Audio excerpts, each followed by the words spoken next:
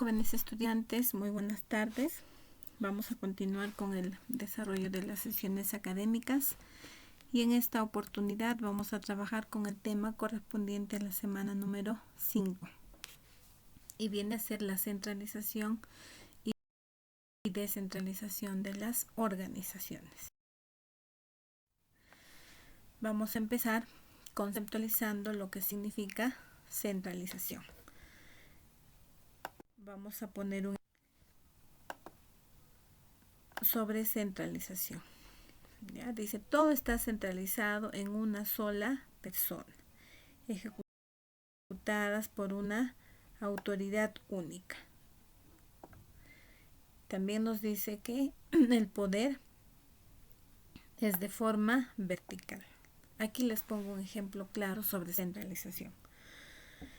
El dueño de una fábrica, de algún producto, ¿ya? Por ser el dueño y es su fábrica, la autoridad lo va a tener él como única persona, como único representante. Por lo tanto, las decisiones que él toma dentro de su empresa van a ser de forma vertical. Es decir, él toma la decisión y los subordinados lo tienen que acatar, tal cual lo indica. Entonces está centralizado, una sola persona.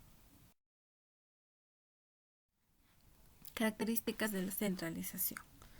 Entre las características tenemos la siguiente: mucho poder en pocas manos. Se dice mucho poder porque es una sola persona la que toma toda la decisión. Si lo hace bien o lo hace mal, es su única responsabilidad. Decisiones unilaterales. Él va a tomar las decisiones de acuerdo a los propósitos, a los objetivos que él quiere cumplir. Y lo va a hacer de una forma unilateral.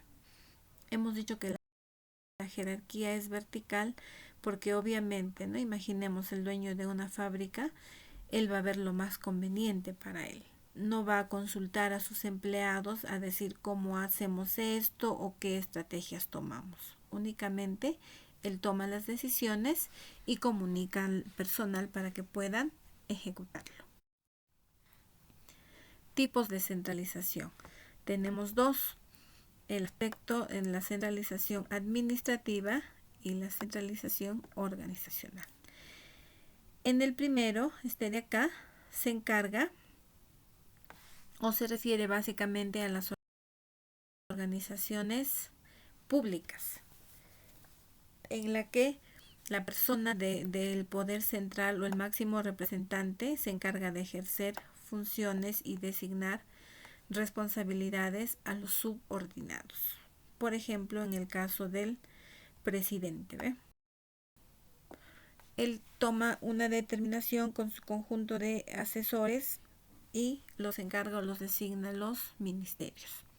Por ejemplo, al ministro de Salud, al ministro de Educación, al ministro de Economía, entre otros. Entonces ellos toman la determinación y ellos son los que ejecutan dependiendo del lugar o de la función que les corresponde hacer. Como vemos hoy en día, por ejemplo, ante esta situación que estamos viviendo, entonces, por ejemplo, ustedes se han podido dar cuenta, el presidente toma las determinaciones, pero cada ministro lo ejecuta de acuerdo al rubro que le corresponde, ¿no? Entonces, más o menos de esa manera. La centralización organizacional. Básicamente esto se refiere a las organizaciones privadas. Dice la gestión del poder y las decisiones dentro de una empresa. Si nosotros escuchamos el término empresa, básicamente ya se refiere a una organización privada. En este caso, en este tipo de centralización, esta está direccionada a lo que viene a ser la gestión del poder, recae en un departamento o en un área específica, dirigida por una sola persona. Vamos a poner aquí un ejemplo en lo que es la centralización organizacional. Un colegio particular es una organización privada, ¿sí? y en este caso la persona que se encarga de asumir con todas las responsabilidades sería el promotor, tampoco el director, sino el promotor, porque él es el dueño del colegio. El director se va a encargar de la parte académica, de la parte administrativa del colegio. Pero el quien toma todas las decisiones y dice cómo se deben hacer las cosas es el promotor. Tenemos las ventajas. Las comunicaciones son centralizadas. Como está en un solo lugar, entonces es mucho más fácil y más rápido la comunicación. No hay necesidad de desplazarse para poder comunicar algo. Alta capacitación del personal. Quiere decir que la persona que está encargada de dirigir esta organización tiene que ser una persona que tenga la capacidad necesaria para cometer la mínima cantidad de errores. No se duplican las tareas. Obviamente, la persona que dirige se va a encargar de asignar una función a una persona, ¿no? Sería totalmente raro de que asigne la misma función a dos personas. El liderazgo. En este aspecto tiene que ser una persona que ejerza un alto liderazgo. Es decir, más que jefe, tiene que ser líder. Tiene que saber buscar las mejores estrategias para dirigir la organización. Desventajas. Entre las desventajas tenemos la distancia entre el poder central y los subordinados. Quiere decir que se marca una distancia entre el que dirige y entre las personas que lo ejecutan. Entonces, siempre vamos a tener como una pirámide. En la parte superior va a estar el que lo dirige y en la parte inferior van a estar los que ejecutan las disposiciones. La falta de participación de otras instancias puede generar frustración. Claro, como es centralizado y es una sola persona la que dirige, entonces los que están en la parte inferior muchas veces pueden querer tener de repente opiniones, sugerencias, pero difícilmente las van a aceptar porque el que decide finalmente es el que dirige la organización. Burocracia. La burocracia es sinónimo del exceso de documentos, un trámite muy extenso, muy repetitivo. Entonces, cuando se habla de la centralización, quizá el que dirige va a querer hacer las cosas de una forma sin respetar los canales necesarios. Y eso hace de que se genere una burocracia. Si falla el poder central, falla el resto de la estructura. Claro, porque imaginemos, si falla la persona que está dirigiendo, todo se viene abajo. Entonces, esas serían las desventajas en lo que viene a ser la centralización. Veamos ahora la descentralización. La descentralización es una forma de gestionar, es decir, de dirigir, pero compartiendo con otras personas las responsabilidades. Miren, ve, o sea, acá se comparte, se designa. Con la descentralización sigue existiendo un poder central, lo cual permite generar soluciones con autonomía. Ayuda a descongestionar el poder central, distribuyendo la jerarquía, la carga de trabajo y las responsabilidades. Acá les voy a poner un ejemplo clarísimo, ¿ya? Vamos a suponer la descentralización. Dice se comparte. Nos ubicamos en lo que viene a ser el Ministerio de Educación. Ya es la organización que se encarga de la educación en el Perú. La oficina central está en Lima. Pero imaginemos, si tenemos un problema aquí en Pasco, no lo resuelve el ministro, ¿no? Porque sería un poco tedioso. Entonces, aquí se descentraliza. El ministerio está en Lima y esto a su vez está descentralizado porque en cada región hay una dirección regional de educación. Entonces, ante un problema de educación, lo soluciona primero el director regional de educación. Y ya no es necesario tener que llamar al ministro y decir, mira, señor ministro, acá hay un problema y venga usted a solucionar. Sino que lo soluciona el director regional de educación y este a su vez coordina con el ministro de educación. ¿Ves? Está descentralizando las responsabilidades. Las características. El poder se comparte en varias instancias. Claro, porque si está descentralizado, el ministro, por ejemplo, ¿no? Continuando con el ejemplo anterior, da las responsabilidades a cada director regional de educación y ellos son los responsables en su región de solucionar los inconvenientes. Las gestiones de cada instancia son independientes. Quiere decir que, por ejemplo, la región Pasco, la región Junín, la región Loreto, cada director va a tener un trabajo independiente de acuerdo a la naturaleza del lugar donde se encuentra. Cada departamento puede tomar sus propias decisiones, por supuesto. Viendo ahora el caso de esto, ¿no? Del virus, por ejemplo, ¿no? Estamos aislados con esto de que no debemos aglomerarnos y asistir normalmente a nuestras actividades. Por ejemplo, el ministro de Educación ha dado ciertas alternativas, pero cada región lo está asumiendo de acuerdo a su propia realidad, de acuerdo a las necesidades que tiene en cada lugar. Es decir, está tomando sus propias decisiones de acuerdo a la naturaleza. No puede ser lo mismo en una región y en otra. Cada uno es distinto. Los tipos de descentralización. Tenemos 4 aspectos: vertical, horizontal, territorial, fiscal. En el aspecto vertical, el poder central delega atribuciones a otras inferiores. Entonces, el que está en la parte superior, vamos a suponer, por ejemplo, el ministro de Salud. Delega funciones a cada director regional de salud para ver de qué manera se organiza su personal y atiende, por ejemplo, en esta crisis ahora que tenemos, ¿no? Él está delegando las funciones. Vamos a suponer que hay un inconveniente aquí en Pasco. No está viniendo el ministro de Salud a solucionarlo, sino quien se encarga, el director regional de salud. Descentralización horizontal.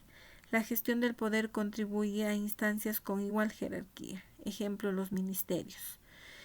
El presidente da las mismas responsabilidades a los ministros. Quiere decir que un ministro no es más que el otro. Por ejemplo, el ministro de Educación, el ministro de Salud, la ministra de Economía y Finanzas están en el mismo nivel. Ninguno es más que otro. ¿Ya? Descentralización territorial. La toma de decisiones se deja en manos de una institución que tiene competencias en un territorio. Por ejemplo, de acuerdo al lugar donde nos encontramos. Ahora mismo se está tomando las decisiones, por ejemplo, en el aspecto de lo que viene a ser educación. Nuestra región tiene sus propias características a diferencia de otras. Entonces, el director regional de aquí de Pasco está tomando estrategias que quizás son distintas a los de otra región, de acuerdo al lugar donde nos encontremos. Quizá en otros lugares tienen mayor acceso a lo que viene a ser la tecnología, el acceso a la conectividad a Internet. Entonces, va a tomar otras estrategias. Quizá aquí por el lugar donde nos encontremos sea distinto, entonces las estrategias van a ser diferentes. Y la descentralización fiscal es porque cada uno designa su presupuesto de acuerdo a la gestión, de acuerdo a las necesidades que tiene. Un ejemplo, el Ministerio de Economía y Finanzas asigna un presupuesto a cada una de las regiones, por ejemplo, en temas de salud. Y cada uno, de acuerdo a su necesidad, va a ejecutar ese presupuesto. De repente las mismas necesidades que nosotros tenemos no las va a tener otra región. Entonces, cada uno va a cumplir, va a gastar su presupuesto de acuerdo a sus necesidades. Las ventajas de una descentralización. Los procesos son más eficientes. Claro, por el hecho de que está descentralizado, entonces es mucho más rápido. Les pongo un ejemplo. Una persona que vive en Posuso quiere hacer un trámite ante el gobierno regional de Pasco. Es mucho más fácil acercarse a una oficina que está en Oxapampa y ahí realizar su trámite a tener que venir aquí a Pasco. Entonces, cuando está descentralizado, es mucho más sencillo. Mayores niveles de especialización profesional. Por ser una oficina un poco más pequeña, entonces el personal también es en menor cantidad y la persona que lo dirige se encarga de capacitar de acuerdo a sus necesidades. Ve qué especialización, qué capacitación necesita su personal y busca las mejores alternativas. Menos burocracia, claro, porque si la oficina es pequeña, entonces también los trámites van a ser mucho más pequeños. Administración de recursos propios. Cada uno es independiente con el presupuesto que se le asigna cuando está descentralizado. Pongamos el ejemplo de las municipalidades distritales. En la provincia de Pasco tenemos tantos distritos, entonces ahora, por ejemplo, el presidente a través del Ministerio de Economía y Finanzas ha asignado un presupuesto, ¿no? Para poder ayudar a las personas vulnerables o con más necesidades, dándoles, por ejemplo, los víveres. Pero cada uno administra sus propios recursos de acuerdo a sus necesidades. Entonces, es autónomo. Por ejemplo, un alcalde de la municipalidad distrital, por ejemplo, de aquí de Yanacancha, no puede interferir y no va a hacer lo mismo que otro alcalde. Entonces, ve, cada uno administra de acuerdo a sus necesidades y a la realidad del lugar donde se encuentra. Mayor sentido de compromiso de las autoridades involucradas. Claro, cuando uno asume una responsabilidad y sabe que estás a cargo de ese lugar, tienes que asumir un compromiso, porque si fallas tú y tú eres el único responsable. Las desventajas, el riesgo de la duplicación de tareas. Vamos a suponer que cuando está descentralizado, a veces la misma labor que se hace acá, por ejemplo, el gobierno regional Pasco está descentralizado en las tres provincias, ¿no? Pasco, Daniel Carrión o Oxapampa. Quizá para cumplir con algún proyecto él designa funciones, pero como Daniel Carrión y Oxapampa están separados de nosotros, quizá las mismas funciones que hace Daniel Carrión las va a hacer también Oxapampa. Y como el gobernador regional está aquí en Pasco, no va a poder monitorear. De cierta forma se van a estar duplicando las tareas. Esa sería una de las desventajas. Cada instancia tiene que trabajar por su propia cuenta y a veces no se logra el mismo objetivo, no hay cierto obstáculo.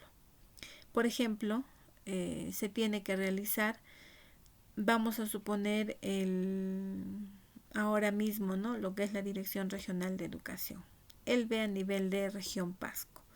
Entonces están viendo, ¿no?, que los estudiantes de alguna forma desarrollen sus clases de forma virtual.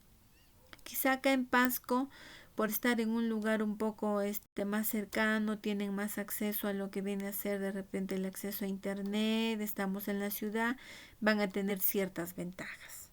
Pero nos vamos un poquito más allá, de repente más lejitos, Oxapampa, Ciudad Constitución, Posuso, ¿no?